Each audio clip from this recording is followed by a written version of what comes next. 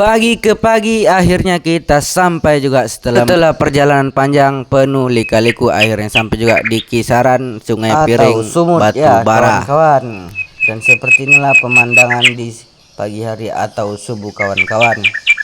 Tujuan mau pulkam alias pulang kampung. Dan di sini saya ingatkan buat para kawan-kawan yang hobi merantau, hobi touring, jangan pernah pulang malam sendirian kawan-kawan. Kalau tidak mau terjadi hal yang tidak diinginkan kawan ya. Dan inilah kisah perjalanan kami. Halo kawan-kawan, assalamualaikum warahmatullahi wabarakatuh kawan-kawan. Setelah perjalanan panjang yang melelahkan dari pagi sampai jam 1 siang kawan-kawan, atau sekitar 5 jam perjalanan, akhirnya kita sampai juga di daerah Perawang atau Pekanbaru kawan-kawan. Dan seperti inilah pemandangan dan suasananya kawan-kawan ya.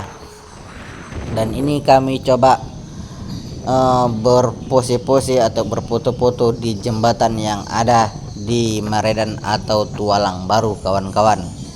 Nah, dan di sini pemandangnya banyak hutan lagi kawan-kawan ya. Dan pemandangan alam dan sekitarnya seperti lukisan kawan-kawan. Dan di sini ada sungai dengan hutannya lengkap kawan-kawan. Dan di sini saya sepilkan kawan-kawan sebuah PT yang ada di Perawang.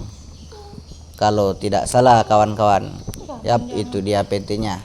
PT Kertas kalau nggak salah.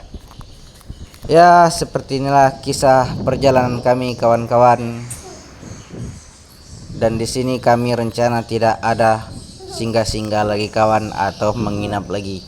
Langsung gaspol terus.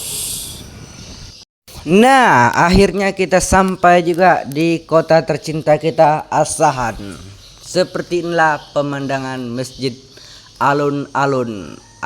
Inilah dia masjid tercinta kita, Masjid Raya. Kalau sudah begini hati pun senang ya kan. Tidak lama lagi kita sampai ke rumah.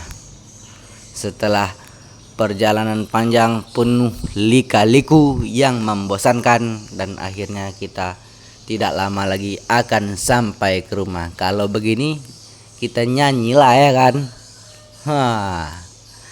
Di dalam laki